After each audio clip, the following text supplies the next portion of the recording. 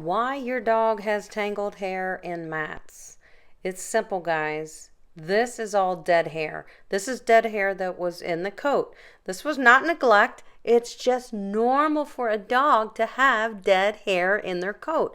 If you don't brush and wash it, it will not come out. And then it will become mats. This is where mats come from. Dead hair and coat inside of good healthy coat. So let me make this a little easier for you to understand. What if you didn't wash or brush your hair for 1 month? Ew. Well, fortunately, I can show you what that's like. This gentleman right here, he was unable to get to the barber for a year. And he didn't wash or brush his hair in a year. And as you can see, the barber had to cut the mats out first. And now the barber is exfoliating his scalp, which is extremely flaky and crusty. This would also be equivalent to dog dander. I mean, this is the same thing with our dogs, guys. If we don't wash and brush their skin and coat, this is what's going to happen. You're going to get mats. You're going to get dry, flaky skin. You're going to get dander. It's the same for dogs as it is for humans. So don't complicate it any more than what it is. If you don't brush and wash your scalp and your hair, it's going to turn out just like a matted dog. But at any rate, this guy went to his professional barber, which, by the way, he did a wonderful job. And I've linked the video in case you want to go watch the whole thing. It was nice. I enjoyed it. As you can see, the barber's like, I've got to scrub this scalp. I have got to clean this head before I can even do any type of nice clipper work on this young man. And that's the key to dog grooming too, guys. Taking care of the skin and coat. Oh, look at him. He's going to look great. Look at this.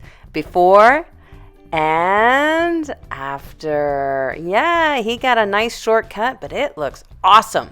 Nice and clean, nice and tidy, and very healthy. Very healthy. That's the same for our dogs. So the reason I showed you this comparison, guys, is because I want you to understand that caring for your dog's skin and coat is the same as caring for your own skin and coat. Honestly. I want you to think of it the same. If you don't brush your dog but once a month, once every 3 months, you're going to get a buildup of crusty skin, like crustaceans all over the skin, just the same as if you didn't brush your scalp. Your follicles are just going to overproduce oils and sebum and stuff that will just become crusty stuff on your scalp. And that can lead to irritation too. You know, it can get sore. And that happens often with our dogs. What becomes allergies? It's often diagnosed as allergies. It's just unkept skin and coat. So the secret to keeping your dog mat-free, tangle-free, is to just brush and bathe them regularly, just like you take care of your skin and hair too. So now let's talk about the tools and products that you need to use to take care of your dog's skin and coat. One tip in particular that I would really like to share. Using a bathing loofah to bathe pets at home is extremely beneficial. Let me show you how. Loofahs give your pet a much better clean. They increase blood flow. Most pet owners think their dog suffers from allergies when it really just is an overabundance of dead skin and dander that is not exfoliated through bathing and brushing. Using a loofah is 300% more effective versus just using your fingers to massage the skin. Loofahs are soft, gentle, they produce an amazing boost of foam, and they take your favorite pet shampoo to a whole new level of cleaning power. On little Gus, I mean, you can see he was just boarded and he was stressed, and when dogs are stressed they shed a lot. And he really, the last time he was bathed was probably about 4 weeks ago, so it really wasn't bad at all, but he needs it terribly. Look how he's shedding, and he needs cleaned. You can see the dander and the buildup on his skin and coat, and we need to clean that. It's very important. He smells horrible too, so unfortunately you can't smell it, but that's a good indication that your dog is ready for a good bath and shed out. If they stink, like an oily stink. So we're starting with the Aranco Rake Superior. I'm going to show you. Now, we haven't bathed him yet. I'm going to card some of this out of him first, gently. We come down with the lay of the coat, so the way the coat naturally grows and lays, and we just, in short little gentle strokes, we're carting the dead dander and hair out of his coat. And I mean, you can clearly see that this does a superior job. Now that is a good reason why they named it Rake Superior. So, and we're just gonna go all down, little Gus, but you can see how chalky his hair is. It's not shiny, you know? I'm gonna throw a clip in right now of what it looks like afterwards. Your dogs should have a nice sheen to their coat.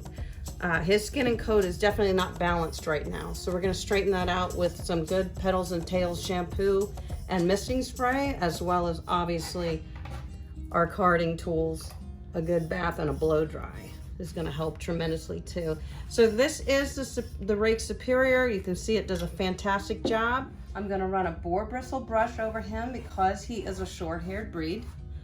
Short-haired shedding breed, should I say. And this is actually just stimulating his skin and coat, stimulating good blood flow back to the skin, as well as loosening up anything left that we're going to de-shed one more time with this Aranco Rake Superior. So also the thing about a boar bristle brush on a coat like little Gus, it actually polishes the coat. It just stimulates his natural oils, and that's how you get a nice beautiful sheen to your short-haired shedding breed, like a boxer or a pug or a short-haired dachshund or anything like that. So you get the picture. So that's why I like to use a boar bristle brush. This particular one is a Kenchi boar bristle brush. It's wonderful. I have Kenchi linked in the description of all my videos, so you guys can always have access to go check out their products because they're available to you too. Next thing we're gonna do with Charlie, he's toweled off, he's up on the table, he's safely secured with the groomer's helper. I have my stand dryer on him. I'm going to gently brush Charlie's coat completely, his entire coat, before he's dry, his entire coat. This is going to also remove any dead hair that I was unable to remove by pre-brushing Charlie before the bath. So this is very important. This is a step that a lot of people never take. And this is a true professional secret, guys, to a successful groom. This is how you properly prepare a dog's coat for trimming. Continue to thoroughly, gently brush Charlie's entire coat before I force dry him and continue to fluff dry. Keep in mind, after your dog is bathed, their skin is soft because of the water, you know, moisturize their skin and coat. So, you know, I'm actually using a matte zapper brush on him, which is an aggressive brush, but I'm being gentle, and it's so easy to get through the coat right now. I don't have to work hard. His coat is clean, it's conditioned, it was pre-brushed, and I can easily get through this coat, but I'm telling you, you will be amazed at the results that this produces if you take advantage of this step. And do not forget to do it. I'm Amy Lee. I am a certified professional pet groomer since 2003. I am also a content creator on YouTube. I have a YouTube channel called Go Groomer, and on that channel, I bring a new voice to the pet grooming industry, one that includes pet owners as a valuable consumer. By sharing my secrets of the pet grooming industry on my YouTube channel, it allows me to give pet owners the opportunity to provide quality care for their beloved pets at home, increasing value to their pets' lives, as well as increasing the bond they share with their pet. It's pretty awesome.